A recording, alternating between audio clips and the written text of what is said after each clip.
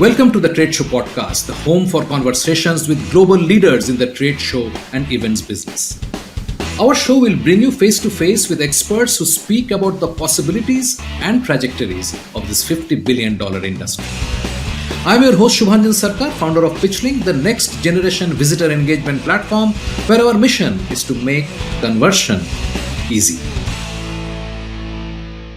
Welcome to the 11th episode of the Trade Show Podcast. Thank you for listening and your continued feedback. If you have suggestions or you want to listen to a specific guest, please write to me at shubhanjan@pitch.link or message me on LinkedIn. Both links available in the show notes. Our guest today is Josiah Taulbee, founder and CEO of GoLucid, a research and consulting firm dedicated to discovering the best event technology solutions for the entire event ecosystem. There's always the challenge of, how versatile do you want to make the event in terms of people's options? How much content do you provide, right? Do you want education, legitimate education to be a part of it? Where do you strategically position those things to make sure that people are getting a good balance of experience, right? The most optimal, kind of engagement experience, but not losing sight of the fact that you sold that booth space and that exhibitor is very dependent on the opportunity to meet with somebody. Josiah Taulbee has a career in events spanning 2 decades and acutely feels the pain of the event and trade show teams. He began as a registration specialist and worked as an executive for some of the top independent show organizer firms in the United States. His experience spans multiple technology-related roles, giving him a unique perspective on the growing, evolving event tech landscape.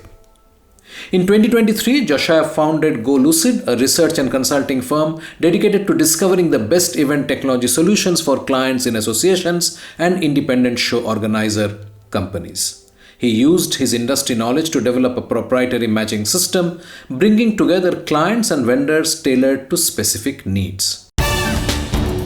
Now, on to this insightful episode with Josiah Taulbee.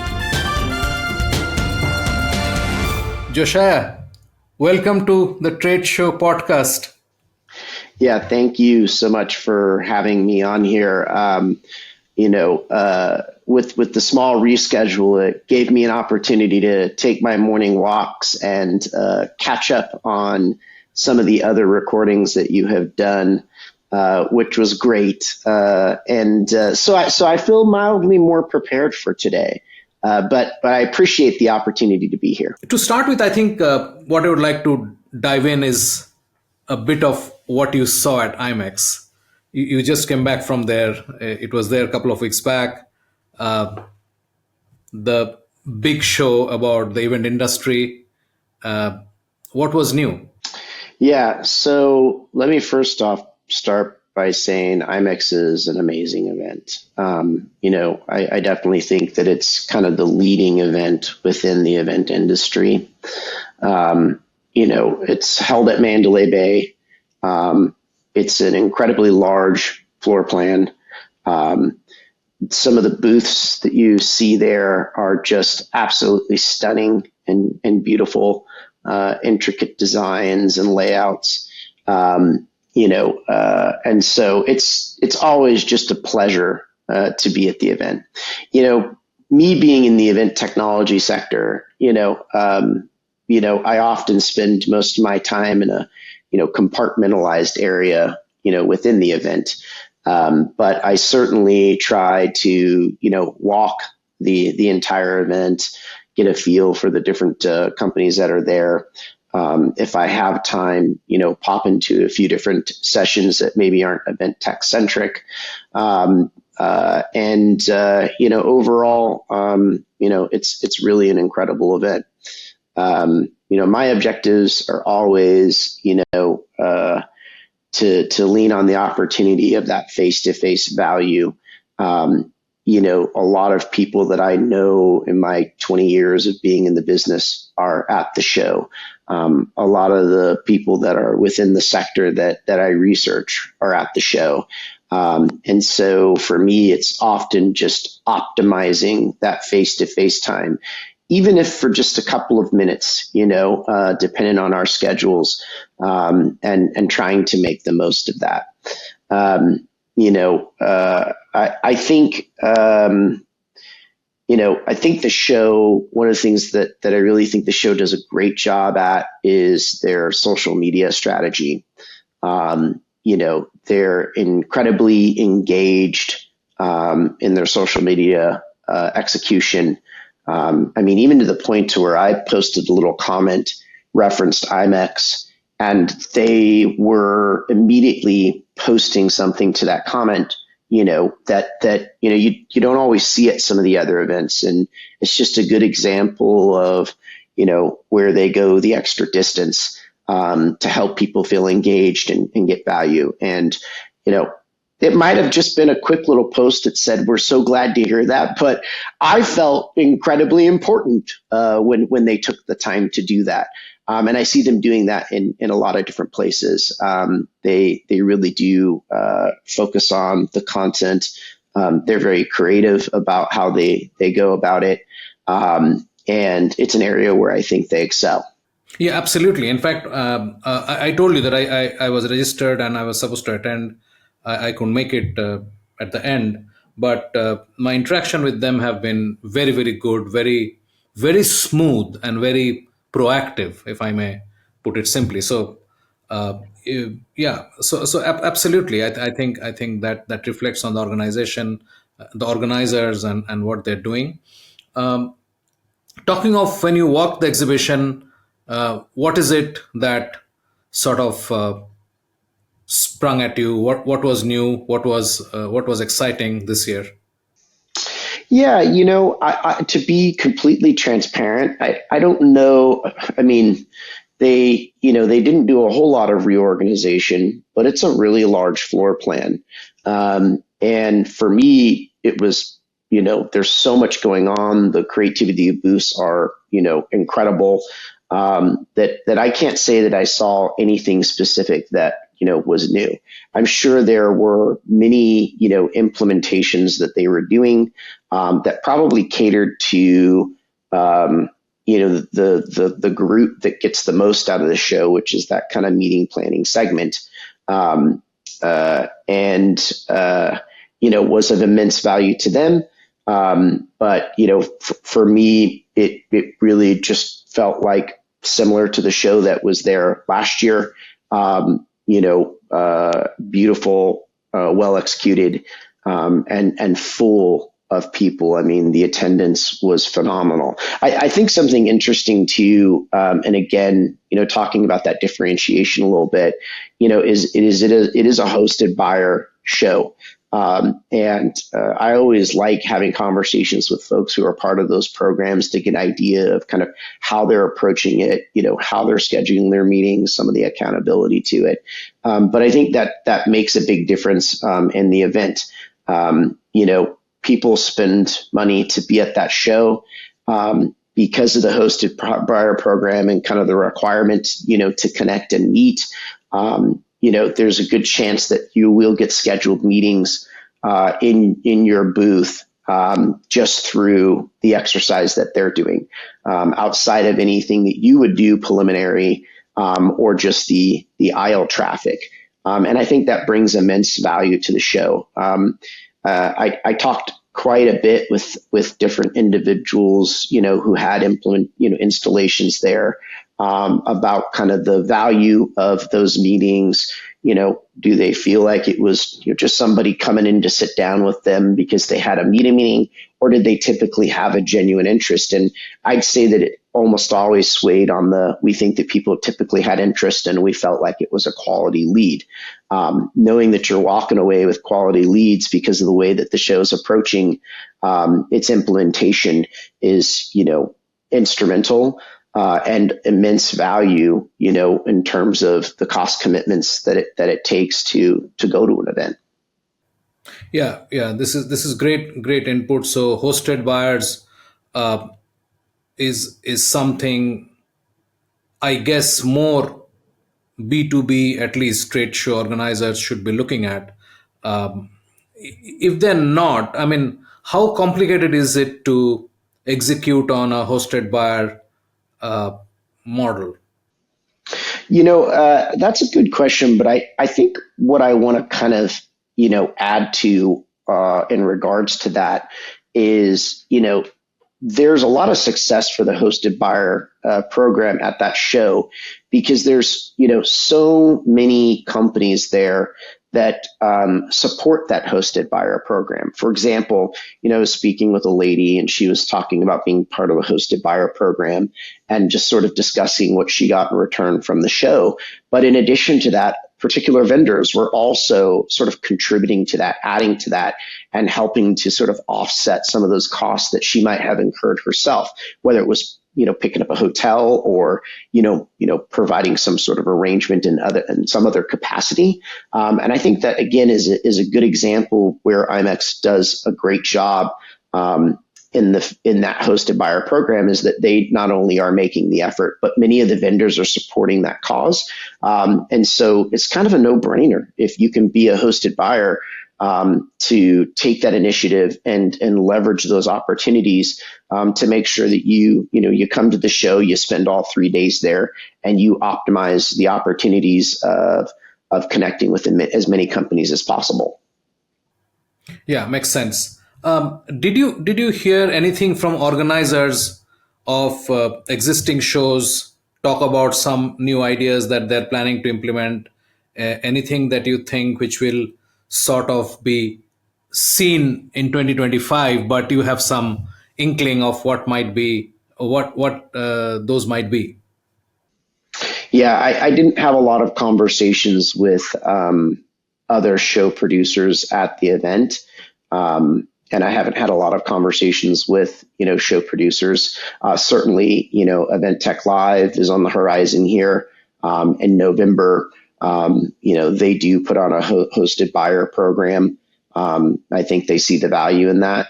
And so there is some consistency in that approach. I know that Expo, which is produced in December, also has a structured hosted buyer program. Again, trying to encourage people to, be more proactive in their approach to the show. Get some element of their time, pre-scheduled, and make sure that they really are doing the work in advance to optimize the engagements at the show. Look, I always tell people, trade show success is a mathematical problem, right? You have X number of days, you have X number of hours, right? And depending on the number of meetings you have only so many that you can conduct. If you take that in the most optimized manner, right, that means you have to cut out every time you run into somebody in an aisle, right, that you haven't seen. You got to remember, okay, this can't be a 30-minute conversation. This got to be a 5-minute conversation if you really want to optimize that time. So when you have a hosted buyer program and you have a structured approach to it, you're sort of forcing people to be diplomatic about how they're going to come into that event and how they're going to spend that time. And the more diplomatic and persistent they are with keeping to that schedule, the greater the value it brings for the exhibitors. Yeah, absolutely. I mean, I think basically when I talk to attendees, that there are two things they're there for. One is, of course, the exhibitors and the technologies or products or services, whatever they're going to see, depending upon which trade show it is. And the other thing is to network and network serendipitously, right? It is not only fixed networking, but not only meeting people who will be there, who are connected with you, but also trying to meet new people who you wouldn't have met otherwise. Yeah. So on that point, I think let's move on. Anything else you want to talk about IMAX, or shall we move on to your core area? Yeah, this kind of connects to my core area, but there was kind of a tech education section that was set up and supported through Dahlia Agency, and I had the opportunity to periodically pop into some of the the sessions that were going on there. It was great to see kind of a curated area focused on event tech, allowing, sort of a different medium for some of the companies to engage, not just engage, but feasibly educate. And I thought it was a really, really good, really great implementation, executed really well. And I think anybody that was in there, depending on the session that they participated in, was gaining immense amount of value. And again, event tech is its own little kind of sector. Someone said to me yesterday, and it was a really good statement, is, I don't think people are, hopping on the computer every day and asking themselves, what is the latest event tech, or, what's going on in the event tech space? Like, they're not looking at it daily. They're maybe not looking at it weekly, right? So to look at the event and see that implementation, there are a few other booths that, hosted some sessions within their booths that, again, built a really nice community feel to the event tech space. I think drew a lot of people over into the area that, maybe had that as a low priority from, meeting with companies, but were interested in the education. It was set up within the environment. So again, once you were over there, that traffic could kind of trickle out through some of the exhibitors that were there. And I think it was really well done. Excellent. I mean, let's take this opportunity to talk about AI. Do you see a lot of talk of AI, or was AI being talked of primarily as a co-pilot assistant to stuff that you're doing? What you're seeing in the rest of sales tech space, or did you see anything completely new in terms of application of AI? Yeah, I mean, AI is a hot topic. A lot of companies are, looking at it and trying to figure a way to, optimize it. It's interesting because, sometimes people use the term AI and they say AI is event tech, right? And they're looking for, AI, and to me, I'm like, it's not event tech, it's a tool that, if integrated into event tech, can offer a lot of great value. I still think that it's relatively early. I've seen a number of, different situations where people are starting to implement it, either as a means of saving time or to provide, some sort of, more responsive resource, or have it be some type of tool that the individual engaging in the platform can leverage. So there's a lot of different little implementations. There were a few that were releasing that at the show, but I still think it's relatively early. I often struggle with AI. I think I posted something like this the other day where, I was trying to get something out of it and it just kept giving me the wrong thing, which makes me think, okay, it's still in its infancy stages as a technology as a whole. So it's really hard to say how it's going to influence it, what impact it will have, what things will get implemented that actually work versus what things are just a gimmick, right? And it's easy to take AI and make a gimmick, and to try to claim AI, as some sort of competitive advantage. I think the real competitive advantage aspect of it has quite a ways to go.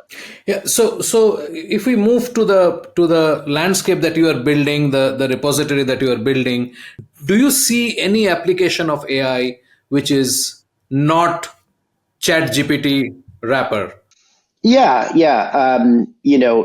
A place where I'm seeing people start to lean on it is in that configuration side of things, right? Like the ability to work with the tool as a means of speeding up configuration. It's kind of interesting because you look at the custom dev environment to kind of the self-serve administrative configured environment, And then, AI is starting to play a role in both of those places, right? Whether it's, developing something from a custom perspective, or whether it's taking a platform and it's, parameters and starting to do some configuration. So that's a place I'm starting to see is a little bit more trend, as people are trying to incorporate it in and find a way to have it, execute something that might have taken, I don't know, 5 hours. I'm just throwing things out there. And now it can do it in, 30 minutes. I think that's, very different than maybe the traditional ChatGPT model, where, it really is being designed as a tool, and its capabilities, of doing things faster than we can, right? And having that, again, provide immense value to the person that's using the tool, or even to the company who's doing the work on behalf of the customer. Would you like to talk in specifically about a product which is doing something? I always take the approach of, if I mention one, I've got to mention them all, because my research is unbiased, and I'd love to throw out this, that, but then I feel like I'm being unfair to everybody else. What I will say is, I'm also seeing it, just in some other tools, right? In terms of, how the AI can, lean into the engagement, right? When there's some sort of interaction, the AI is able to jump out and grab some information that's, that can be brought back to somebody, to help maybe optimize that action, that interaction, or maybe the actions that have to happen after the fact. My hope for AI is that, it can kind of change the way we gather information about both parties, and, really improve the filtering of that information to, curate quality engagements, right? When you're at the show, right? And not just the booth to booth, attendee to booth aspect of it, but potentially the attendee to attendee aspect of it, or maybe even just attendee to exhibitor, but maybe exhibitor for a separate conversation than what their booth might be promoting. That's something, when I go to an event is, I want to have as many conversations with people as possible. When somebody's working a booth, it's sometimes challenging to get in there and throw something out there that they go, oh, this is of interest, I want to spend time on it, because they're trying to optimize buyers. But I think that AI, in the future can really start to improve that. And again, looking at that basic math calculation, right? Maybe taking into consideration the opportunities that live outside of the show, be using more of a question and answer model to collect information versus, check a box, that might, be able to allow for that incredible person-to-person interaction, to be optimized, increased, or again, that you're coming into a situation where it's going to be a really fruitful conversation.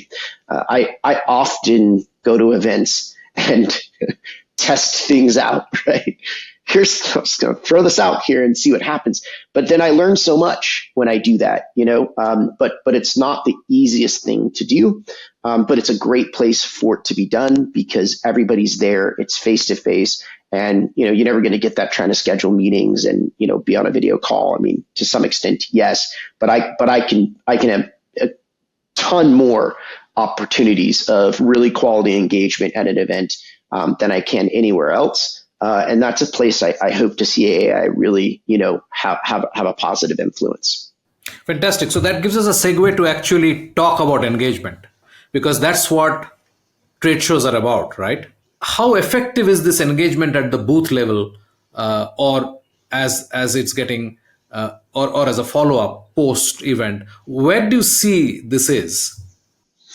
Yeah, that's a good question. I think depending on the person you talk to, often determines their objectives with the event. I know a lot of people who go to the show just to socialize and to catch up with people they know. Yeah. I know some people who don't do that, and they prioritize that booth optimization and really try to make sure that they get through, every booth. There's always the challenge of, how versatile do you want to make the event in terms of people's options?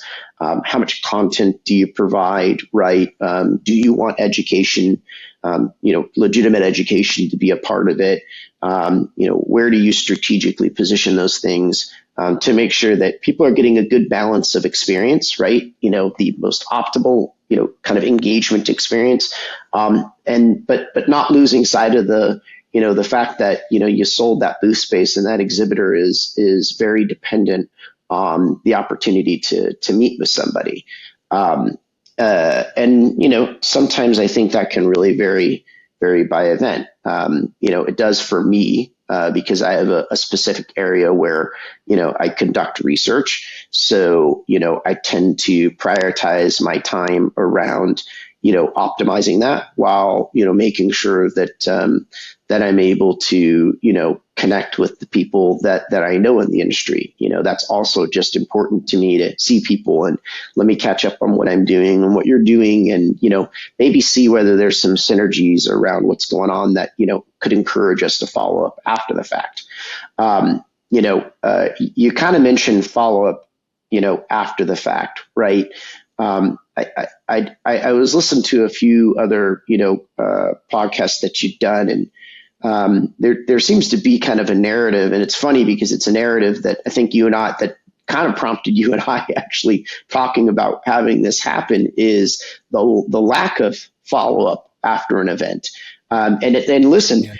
That's in the attendee to attendee, maybe the educational conference, and the exhibitor booth. I think people do probably a better job in planning and preparing and optimizing their engagement at the event. But I think that a lot often falls off after the event. I can think of a handful of conversations. I had at IMEX where I'm still trying to get that conversation sparked back up and moving forward. And there seems to be just an inherent challenge, especially on the exhibitor side. I often have conversations with people, who exhibit at the show, and, help them understand the imperativeness of being diligent about your follow-up after the event, right? Really making sure that you're quick to reach out to people, that you're conscious of the conversation that you had. You're prioritizing the more important opportunities, but not forgetting the ones that maybe didn't seem as important, and recognizing that, it's an ongoing conversation. And you've got to have a strategy to that if you really want to optimize the value. When I worked on a trade show, one of my favorite things to hear from somebody was, well, I didn't get anything out of the show, and you're like, well, tell me a little bit more about that. And they'd be like, well, it wasn't very busy. But I'd walk by their booth and see that they weren't kind of standing up and trying to engage in the aisle. I'd ask them, did you at least send an email out to your customers, let them know that you were going to be there? Maybe more than one. No email was sent. Did you get the lead retrieval and, make sure that you scanned the badge and take an approach to how you qualified the conversations and put the notes in there so you have something to get back on? Did you push that back? And I mean, there's so many intricate parts of that process that improve that follow up that I think are often missed. But it also is a lot of work and can be cumbersome sometimes. Yeah. So when I'm talking to attendees as well as exhibitors, I hear two kinds of things. One is that the attendees say that very few of the follow-ups that they get, and when they say very few, it's like single digit, very low single digit percentage point of all the interactions they have is to the point of the discussion that they'd had at the booth. So I have very detailed discussion with somebody for 20 minutes. I come away after 10 days, I get a mail, which is a generic thing, starting the conversation all over again. Right. Right. So, or very little context of what we had discussed.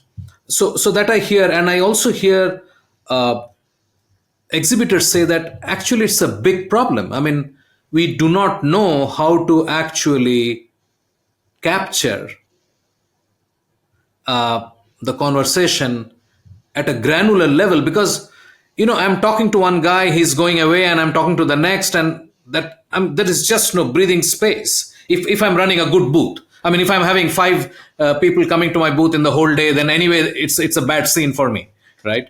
But if I'm doing reasonably well, I am just swamped, and I just don't have time beyond maybe making some quick notes behind a card or something.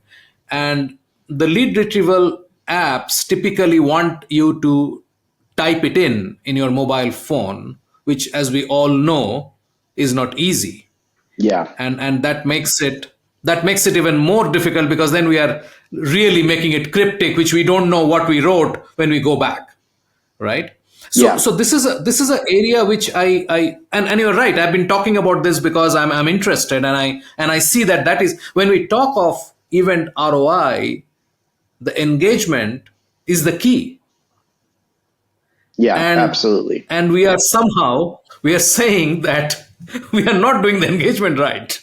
We are entertaining them, we are talking to them, we are giving them information. I mean, okay, that's happening face to face, but what next? Because he's not going to remember. He's meeting 50 booth guys. He's not going to remember much of what you are telling him, beyond the very, very high level points. So the point I am sort of elaborating it so much is, you are absolutely right, and this is the same thing I hear. And by the way, when last time I said I was in LA, I was in an event, and I was in a bunch of events in Calgary and so on. The typical getting back is not even 7 days. A lot of them is 14 days, and and by that time, this quote unquote buyer is back deep into his own work, Right. and he has completely sort of switched off from what happened 14 days back at an event. So the point I'm making is, or rather my question is, why is it this? I mean, you have seen this up close, both as a technology company. You have seen it as you're talking to others, and you've seen it as you talk to your colleagues and friends. Why are we sort of neglecting or not fixing, whatever way you look at it, the engagement problem? Yeah, look, there's some institutional things that make that a challenge, right? If you've ever been on a trade show floor during setup, you witness the chaos, right? Depending on the show, depending on the size of the booth, depending on the personnel, depending on whether you've got someone building it for you, you got to build it yourself. Just walking the show floor is a maze to get from one side to the other, right? Because it's incredibly chaotic. So, that's what the exhibitor starts with: complete and utter chaos, and in a limited time frame to get themselves set up and prepared. I think a lot of people would probably agree with me, but a lot of exhibitors don't wait until they wait until the last 2 weeks, to kind of get stuff in order. The people who do trade shows consistently, right, always have a more devised plan. They're much more methodic about it, often have somewhat single personnel that maintenance it. But if you do one show a year, maybe 2 shows a year, you're always going to be a bit behind the curve. So there is some institutional challenges with that, right? Taking the time, again, if you're going to use lead retrieval, you need to use it, optimize it. You need to go into it. You need to set up the proper qualifiers. You need to build some surveys, right? Things that are easy to engage with during the conversation. You had mentioned that, taking notes. It's not really easy to take notes when you're actually talking to somebody, right? You usually have to take them after the fact. And so if you've got a qualifier in there, that makes it simple for you to, as you're conversing, to kind of hit that qualifier, or, to answer kind of a survey, right? You're going to get you're going to be able to do that a lot easier than you will with the notes, knowing that afterwards you still want to take those notes. And then again, make sure you pivot on that after the show. That may also be another great place where, AI could dramatically change that to some extent. Or again, where maybe an application is looking at all of some of those touch points in the system, and also coming back to the attendee and sort of, also saying, hey, it shouldn't solely be on them to follow up with you, right? Let's also help you understand where the priority of that conversation is, and encourage you to make some of the effort to reach out, because often as an attendee, right, we feel entitled, right? We're the ones spending the money. You want my attention, and so, I'm going to go booth to booth and have my engagements and, organize things the best that I can, which again is often, not well thought out.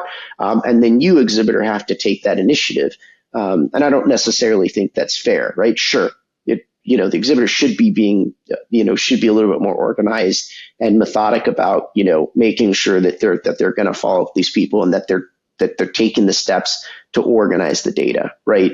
3 days, X amount of hours in the day, X amount of conversations. It's really difficult to remember what's going on. So any tool that you can incorporate into that process that's going to make it better is going to dramatically improve that follow-up, as long as you actually do the follow-up, right? Yeah. I mean, the $1 million question is why we don't do the follow-up.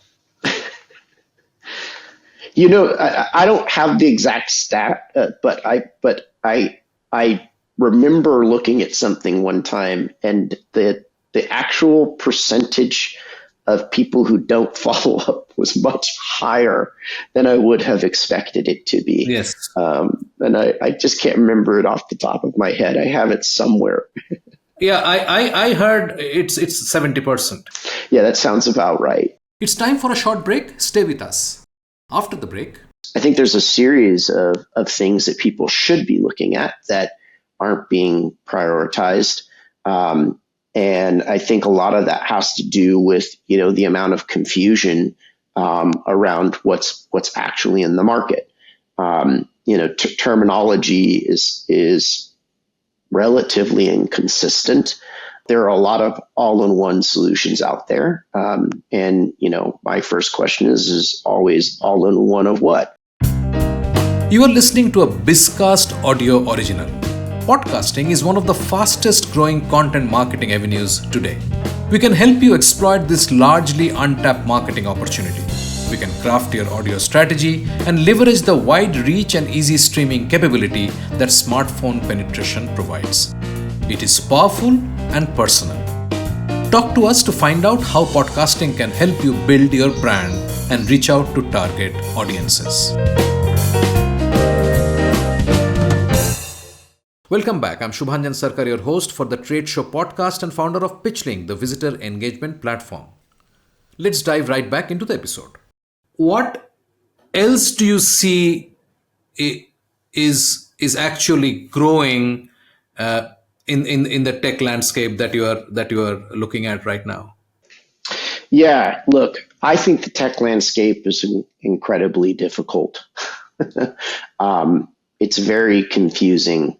I've spent a lot of time over the last, year, heavily researching it. And companies pop up. It's not incredibly difficult to start a company, especially within certain verticals and categories. And so there's just a lot out there. And, to speak to one or the other, is a bit complex. because I think there's a series of things that people should be looking at that aren't being prioritized. And I think a lot of that has to do with, the amount of confusion around what's actually in the market. Terminology is relatively inconsistent.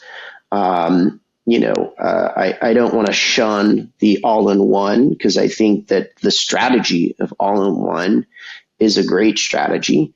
But there are a lot of all-in-one solutions out there. And my first question is always all-in-one of what? Is it all-in-one of 7? Is it all-in-one of 3? Is it all-in-one of 15? And that's not always, crystal clear. I think because there's so much confusion around the terminology and how companies are presenting themselves, and the lack of clarity on, really what those core event technologies are, it's hard to see where there are trends. It's hard to see where things are emerging. Is this company that's come into the market really have something that's, tech forward, or are they just replicating the feature sets that are in 18 other, potential platforms? It's a really difficult landscape to navigate. And this is coming from somebody who spends their day, actively doing it. I often, think to myself, man, this has got to be terrible for an event producer, if it's this difficult to me. Now, I don't think event producers are looking at hundreds of different applications, so the scope of complexity isn't the same. But search words are inconsistent. Some of the tools out there that say look at this and look at that, if you're looking at this, are very generalized. And so, again, some inherent challenges around that. And, really being able to say, here are some great trends. Now, I definitely stumble across stuff, where I do think that somebody's doing something different, or maybe offering a unique value. And in a lot of cases, I see that, and, I ask myself, well, what question would the producer have to ask themselves to find this, right? Or to even know that this existed. And sometimes it's a siloed solution, and sometimes it's a feature set sitting within, a multi-purposed solution. It's just very unorganized. It's very confusing. And I'd like to see some improvement in that. And I think with some improvement in that, it'd probably be a lot easier to answer that question. Do you see any new emerging categories which are attacking some of the problems that these all-in-ones are not sort of addressing? I really think that that there's a lot of opportunity in the planning and organizing part, right? A lot of people, use some of the basic technologies, whether in, single solution working cohesive, or, in an all-in-one. But I think there's a pretty big gap in tools that are, again, event technology, but help you, execute different attributes of what you're trying to manage. Meaning an alternative to a spreadsheet, whether it's some sort of intelligent scheduling tool, some sort of intelligent task tool, something that, might be assisting in budgeting, or, understanding the variable of events that you're working in, and also working to correlate that to the exhibitors who are participating in that process and the attendees participating in that process. That's an area where I think, we're going to probably see more growth, because again, I think when people are looking at the community, scheduling, planning, organizing isn't a category that someone's prioritizing. There's tools out there a variety of tools out there that are doing it. Some of them live within all-in-one platforms. Some are, kind of specialized in that space. But I think that's an area where, event organizers would benefit greatly, knowing that they can, get out of some of these manual processes and these mundane, ways that they approach things, and optimize a platform to make it more efficient, and, help provide greater success. Sure. And there is nothing there at the moment, is what you're saying. I don't think that it's an area that there's a lot of options at the moment. Fair enough. Okay. So when you look ahead to 2025, what are your expectations and what are you dreading? Continued research. Not that I'm dreading it. It's just a lot. And, I'm routinely adding companies into the database, to get a good, snapshot of who that company is. Requires quite a bit of engagement. Certainly always trying to work on streamlining that. Organizationally, I'm a one-man show at the moment, right? Would like to be a multi-person show. But yeah, it's always this uphill battle. You're adding more companies. If you're really prioritizing the search, then you can keep up with taking a snapshot of them. So I don't know if I dread that, but I know that going into 2025, there's going to be new things on the horizon. I'm going to stumble across new stuff. And I'm not necessarily focusing on a single segment. I mean, if it's any sort of event technology, I'm taking the time to put it into the environment and try to work it into the life cycle. I do have some logic to the things that I approach, when and where, but sometimes something just falls in your lap and you've got to execute on it. I'd like to see more valuable content around event technology, ways to optimize it, ways to utilize it, educational for the event producers. I think that's an opportunity, and I think there's a lot of people out there that are making an effort at it, and I want to encourage them to continue to do that. I know it's something I want to do a better job at contributing to. But I also want to encourage those out there who aren't maybe looking at that as a priority to maybe start to make it more of a priority. The thought that we build these strategic plans around our events, right? Often a multi-year plan, something you got to go present something to somebody to get the buy-in on. And to think that we do that, but that we don't devise an event technology strategy that is, encompassed within it, right? That they're just, these subset tools that live there. I think it's a bit crazy. And certainly, that doesn't happen overnight. You start an event and you build a strategy, you work on it, you change it, right? It takes years for an event to really kind of come together, solidify and get itself there. But I think, encouraging producers to start thinking that way, even if it's just taking baby steps, and really trying to understand, how the technology can, improve the value of the event, and maybe make their lives just a little bit better. That takes a plan, that takes a strategy, that takes thinking it out, and routinely, making adjustments as you go. It also, hinges heavily too on, whether you're matched up with the right technology. And again, the way that the landscape kind of, is set and the complexities with it, it's hard to find the right match of technology. Yeah, I agree. And I have a thought that there are two areas I think I would like to see some movement personally. One is potentially a single sign on for attendees, which means, it's like having a Google kind of ID which you can just plug into any event that you're going to attend, and you don't have to reinvent, rewrite, copy, paste, all of that.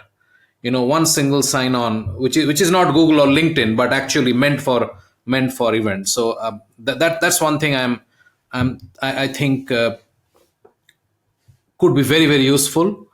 Uh, the other thing that I've been thinking of is there should be a way to have access to better access to exhibition after the exhibition.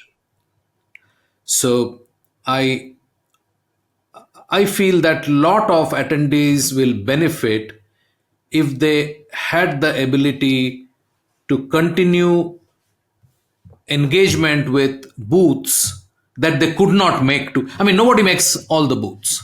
I mean, unless it's a very small exhibition or a trade show. I mean, if you're talking of something like IMAX, I don't know how many attendees actually made to all the booths. I would pretty much bet nobody's doing more than serious conversations, more than 30% of the booths. Yeah. It's quite difficult. So I think the ability to have access to those booths post event in some form would also actually help organizers continue to build the engagement and a community around their show. I think there has to be some comprehensive thought go into these two areas. Any thoughts on from you on this? Yeah. Yeah. A lot of thoughts on that. It always brings me back to kind of the missed opportunity, I think, that, the pandemic had, right? When I looked at, what we were dealing with, I never once thought there's no way that these trade shows are going to go away. I never once thought that they were going to disappear. Many people seemed concerned about it. But I've always understood the value of face-to-face engagement. And, we saw all these, push to this virtual and this digital setting. And don't get me wrong, it's made it stronger. It was there beforehand, and depending on the strategy that you had, there are plenty of people that were optimizing those environments and having success. It just started to kind of open the door to say, hey, these things can also live cohesively. Where I often felt like there was a missed opportunity, is that, even when we're at the show, there are times in the show where time is maybe not as about a value, right? Because like every trade show, day one, people pour in by, noon. It's at the height of, the potential of the event, and the excitement is there. Day two, the first part of the morning is good, and then the latter part of the day starts to slow down. Day three, it's really, not as many people there. Doesn't mean that a ton of great business isn't conducted on day three. Some of the people who had the most important roles often came that day because then they could just get what they needed to get done, assuming, again, that the right person stayed all 3 days. But I always felt like there was a missed opportunity to connect the buyer to the booth at the show, right? When times were slow, yeah, I've got this scheduling in this pre-environment and I got to optimize the aisle here. But when things slow down, someone who couldn't make the show, it'd be great if I could find a way to engage with them. And technology never really opened that door. But I think if that door was opened, it would set a much better example and educate people kind of on, here's the booth and here's where I'm at, right? And give some of the same sort of context of experience that could carry on in some capacity, even when the booth wasn't there, right? And so I think if we're going to, make that a higher priority, we've got to find a way to, train people within the event to optimize that engagement, open that door, create that broader reach. And then I think once that reach kind of solidifies itself, it's much easier to push into that, this can go on for X number of days, or, this is going to transition maybe into a slightly different environment, or maybe this supports more of that 365, approach. I always am, hesitant of community because I've got five different social networks I'm dealing with on my phone as is. And anytime someone's like, well, we've got this other community where you can get in, well, there's three or four that just are industry centric that I'm thinking to myself, I don't know how anybody has time to be here. So again, a good strategy, and I want to see people continue to push towards it. I think again, it doesn't have to be about the event. There's an opportunity for it to be more whole, but I think if we can find a way to get people to recognize that we're trying to optimize the time, and that time, if there's not a face-to-face engagement, there could be a digital connection, and if constructed properly, could help that be something that is extended outside of the event. Yeah, that makes sense, and I think we need to see how the tech developers actually think and where they think. I mean, finally, it has to connect with the market, right? So people have to pay for it. I mean, you can have a brilliant thing, but if organizers or exhibitors don't want to pay for it, then it's unlikely to sort of be sustained or invested in.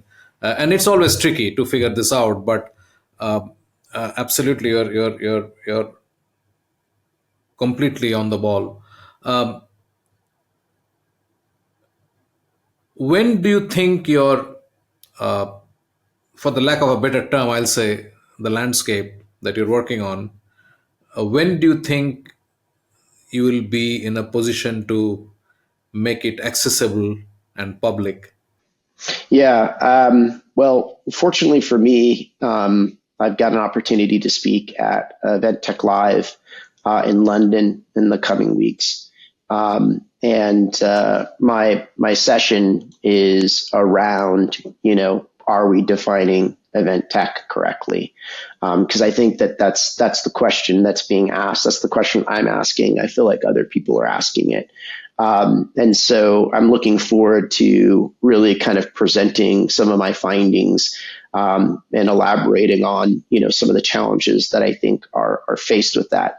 And also, giving kind of a taste of where I am and how I see it being defined.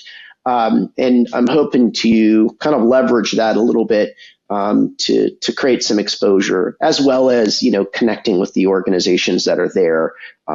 Just as I did at IMEX. IMEX was a little more concentrated. At Event Tech Live, I'll be looking to broaden that, because I think that there is value in the companies that are being defined to be part of that conversation, to care about it, right? To understand that with better definition comes better clarity, right? Better understanding. And I think there's got to be some initiative in them wanting to support that cause as much as there is, coming to the producer and saying, hey, look, here's a simplistic way to approach this, right? And making that accessible, and I suppose relatively cost effective, right? To allow them to have better, a better approach to what they do. So the other part of that is, as we start to define, it can't just be one person's, perspective of it, right? There's a number of examples out there where things are being published, and it's their version of what this is, right? And I don't think that it should be just one individual's version. I think that it's an industry problem. I think that it's an industry initiative, and I think that more than one person should be involved in that conversation. So certainly I'm eager to kind of open that dialogue as well, and kind of put it out there to folks, I guess you could say, like myself, who just have a general interest in this and a passion for it, and want to see it, see the tech really foster, success and growth in events. And ask who else might want to be part of that defining process. And I think, council type concept, right? Where, some collective can come together, make sure that we don't have any, sort of biases, that we're looking at it for the greater good of the community, and publish something that we can continue to speak to and encourage people to, adopt in some manner. Certainly, my business model, I think, really is going to thrive on that exercise, which is why I started to do the work, why I started to, take the time to really break it down. And it's, let me tell you, it's not been fun, I suppose. I always enjoy the work, but I don't know if I would consider it fun. But I want to make things simpler for the community. And when you're lacking clarity and definition, and sometimes, let's be honest, there are individuals who optimize that, who benefit from it, right? The more confusing it is, depending on your strategy and how you approach that, maybe the greater number of touches you get, and you're there first to work with that customer, and good for you, right? I'm not saying that that's not a good thing. I just look back on the buyer and ask myself, maybe that was your first touch, but if you might have had a few other touches, might you have come across something that was better fit for you, right? That might actually offer greater value.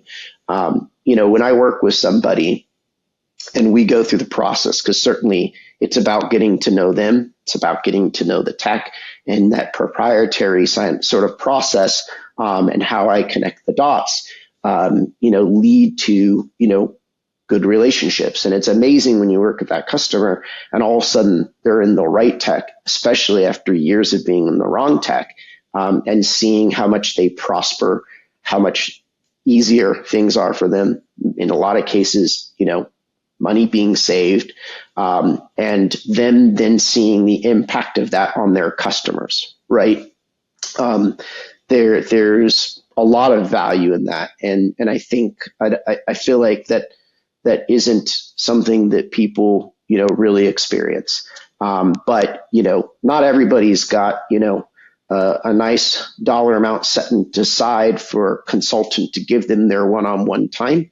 And that's why I think coming back to these sort of definition and providing clarity and, looking to educate on both sides, can maybe better optimize that, and, increase the probability of, knowing that you are truly finding the right tech. And coming back to that conversation we had, knowing that there's a category you should be looking at that maybe you're not looking at, and making sure that, again, in all the options that are out there, that, you're truly assessing every option, right? And then how those options, correlate down to the platforms themselves. So, feeling pretty confident about where I am in the process.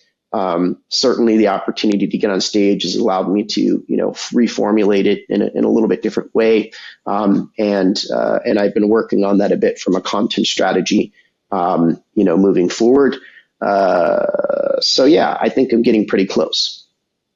Wonderful. So two quick things. One, when you're done with your presentation, would you come back and do a presentation for us so our listeners can have a peek at what you presented just now?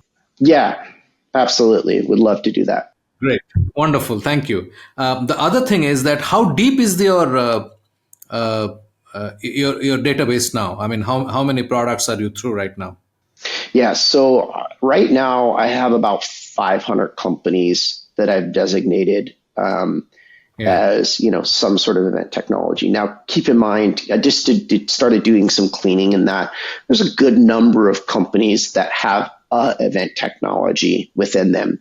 I just pushed a release out, and, in it, I had stated a number of, over 7,000 that came from a company that, tracks these types of things. And again, do I really think that there are 7,000 event technologies out there? No. But are there potentially 7,000 companies that have some sort of event tech within them? Quite likely. But, the database grows. I think that there's probably, maybe somewhere between 800 and 1,000. But, again, finding it's the hard part. Yeah, even the 500 to me seems absurd, crazy. And I can't imagine being somebody looking at this market and thinking there's really 500 potential options. I think most people probably look at it and think, there's 25 or 50. That's something that's palatable, right?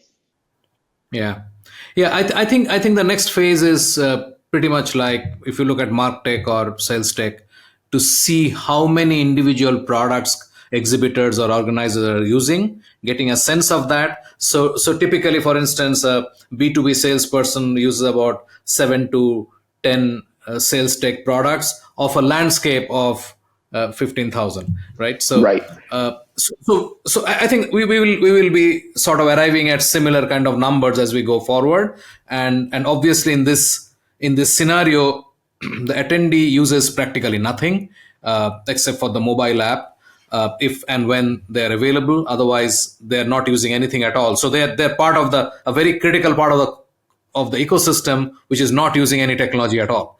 I think that there's a lot to look at and a lot to sort of decipher as you go along. And I am excited to with the opportunity that I'll get you back soon to talk about what you're presenting at Event Tech Live. Yeah, certainly. And, the other thing you make a really good point there, is that, it's just not about just the producer and the event tech company. It's very much about the user. Like I often, draw a triangle here, and you've got, your event producer over here, or organizer, you've got your event technology company over here, but you're working cohesive to the circle up here, which are the people who are coming to your event and engaging in your event. And that's a really important thing to take into consideration, and something that I look at, this research and think it'll be great when we can really start to tie it to the people who are supposed to be benefiting the most from it. PitchLink makes buying easy by enabling high-quality engagement between buyers and sellers. Through its presentation and discussion modules, sellers create customized sales narratives using sales collaterals and personal videos, and reach out to prospects through a non-intrusive, buyer-qualified engagement process. PitchLink requires no installation or download, contains and manages the entire repository of sales collaterals and buyer-seller conversations. Talk to us to know more about how you can engage with customers without interruption. Connect with us on LinkedIn or visit tradeshowengage.com. That is tradeshowengage.com. Josiah, this has been a fantastic session. I not sure that I did justice to to your time in terms of asking you some good questions. I hope you enjoyed the conversation, and I hope to see you back really soon. Listen, it's always fun to get on this and just see what happens and see where it goes. I think we talked about a lot of important stuff. I always love getting the opportunity to share my thoughts on something. But the reality is, let's hope the folks who listen to it get some significant value out of it. I'm counting on that. Yes, absolutely. Thank you so much. Yeah, thank you. We have a fantastic lineup over the next couple of episodes featuring great conversations on engaging your booth visitors and maximizing your ROI from your trade show investments. Subscribe in your favorite podcast app so you do not miss a single episode. Thanks for listening. Thank you for being with us today on the Trade Show Podcast, the podcast of record for the trade show and events industry. Here we talk to movers and shakers of the $50 billion trade show industry and identify ideas, challenges, tactics, and strategies to leverage the first-party intent inherent in the trade show business. We hope this conversation helped inform and motivate as we all navigate a rapidly changing business environment.